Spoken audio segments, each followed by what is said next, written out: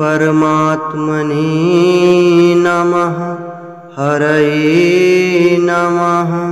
श्रीगुरुचरणकमलेभ्यो नमः। श्रीमद्भगवद्गीता अथ षष्ठोऽध्यायः। श्लोक 35, 36 एवं 37। श्लोक 35। श्रीभगवानुवाच असंशयं महाबाहो मनो दुर्निग्रहं चलम् अभ्यासेन तु कौन्तेय वैराग्येण च गृह्यते।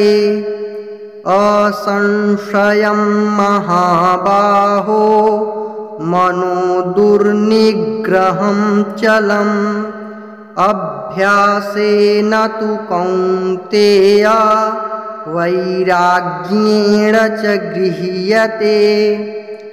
श्लोक 36।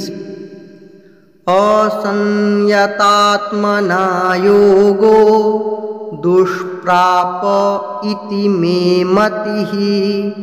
वश्यात्मना तु यतता शक्यो वाप्तुमुपायतः।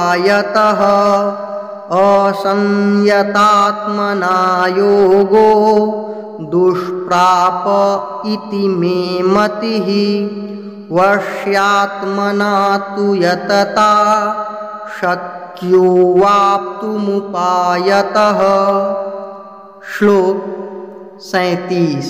अर्जुन उवाच अयतिः श्रद्धयोपेतो योगाच्चलितमानसः अप्राप्य योगसंसिद्धिं कां गतिं कृष्ण गच्छति।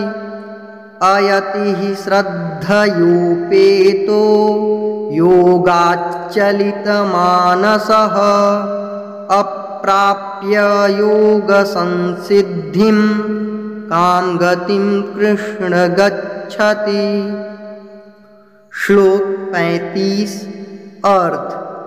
श्री भगवान बोले, हे महाबाहो, निःसंदेह मन चंचल और कठिनता से वश में होने वाला है, परंतु हे कुंती पुत्र अर्जुन, यह अभ्यास और वैराग्य से वश में होता है। श्लोक 36। अर्थ। जिसका मन वश में किया हुआ नहीं है, ऐसे पुरुष द्वारा योग दुष्प्राप्य है, और वश में किए हुए मन वाले प्रयत्नशील पुरुष द्वारा साधन से उसका प्राप्त होना सहज है। यह मेरा मत है। श्लोक 37। अर्थ। अर्जुन बोले, हे श्री कृष्ण, जो योग में श्रद्धा रखने वाला है किंतु संयमी नहीं है, इस कारण जिसका मन अंतकाल में योग से विचलित हो गया है, ऐसा साधक योग की सिद्धि को अर्थात भगवत साक्षात्कार को न प्राप्त होकर किस गति को प्राप्त होता है।